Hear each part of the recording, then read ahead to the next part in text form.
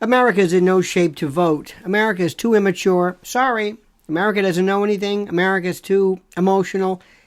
America, maybe most of America, maybe with the exception of that core group that I think maybe you and I are in, but for the most part, America should not be anywhere near a voting booth because America doesn't know how to vote.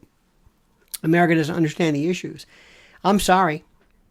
I don't know how to tell you this, but the term conservative and even that, you understand most people don't even know what that term means, the historical aspects, the historical connection, the ligature, not the ligature, what am I saying? The connective tissue, perhaps. I'm thinking ligament. It has no clue, none. And those people who consider themselves conservatives use the term woke, the woke, these woke left crazy. The woke keeps saying, who's the woke? You're the woke. I'm the woke. I am? I didn't know that. Since when am I the woke? Since I said you're the woke. What does that mean? You're just, you're into that crazy. No, I'm not. Well, yes, you are. You're into the Biden thing. A lot of people say, with Biden, they say to themselves, look, he's just, he's doing the best he can. And the right, whatever these people or whoever these, they think that they're always under attack from the left. So somewhere, somebody has got to figure out how to deal with these people and how to discuss reality with these people. And I'm telling you, nobody's able to do it because people are too into this. Take, for example, the issue of Trump getting back to Twitter. What difference does it make? He even said, I don't want it. I'll say on Truth Social to people left and right is Fox versus CNN. That's not it. I don't think people are ready to vote. I don't think people even understand the issues. I don't think people really, truly understand the issues or the historical antecedents of this. I'm not saying this just to be funny or cute or, provocative. I mean it. I think Americans are immature, are too emotional, and too connected to something wherein over the period of time, something has supplanted and replaced, I should say, conventional ideological voting with something else, something that involves more raw emotion or something involving words that have nothing to do. I've heard more. Let me give you an example. And by the way, my indictment is rather ecumenical because I don't really land on one side or the other. I've heard more people I know, friends of mine, say that so-and-so is a socialist, or better yet, a Marxist or a communist. This communist, this AOC is a Marxist. A Marxist? Yeah, she's a Marxist. Communist. Really? And that MTG, she's a fascist and a right-wing. And MTG and AOC are kind of like the starting points. If this is the way we think, and this is the way that people are putting together thoughts, we're doomed as a society. Okay? We need to go back. We need to provide some kind of rudimentary education. Some type of, maybe some historical antecedent, some type of historical perspective, something to explain to people. You don't have it right. Let me explain something. I don't have a party. I don't have a direction. To me, the world of politics is the world's worst buffet. And I'm starving and I want to eat. And there's nothing to eat. And I see some shriveled up kale over here, which was the garnish. And now that's it. I see some other stuff. I don't even know what it is. And I've got to pick. Because I want to participate, I want to eat, I want to consume electorally. And what do I have? Nothing. By far, the most divisive, the most galvanizing, the most problematic, and yet magnetic candidate of all time, in my lifetime, is Donald Trump. And he, by virtue of his presence, has caused such a such a frenetic, schizoid, detached, lunatic, hyper overreaction to everything that I don't know if we're ever going to get back into the real world anytime soon. I really don't. I don't know if we're going to get back to the way we used to be, where we had issues and we voted and it's not really social media, though that did a lot too, because that exacerbated the issue. Why? Why do I say that? Simple.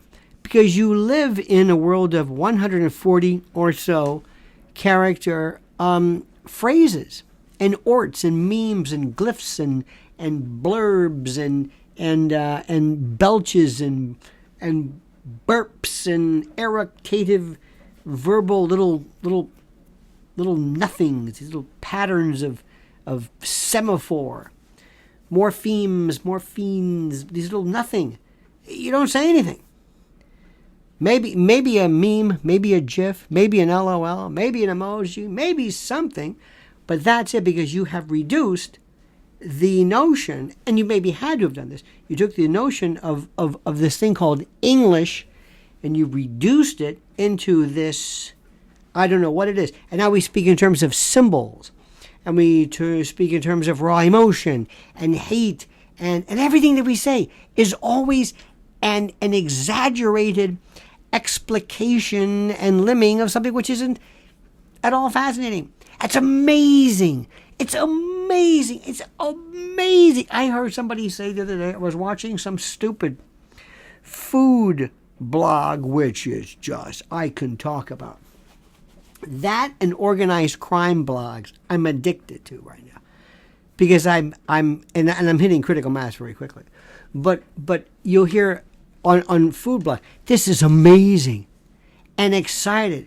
Well, we're going to try this thing called panini, and I'm so excited. It's amazing. It's amazing. Before we had hilarious.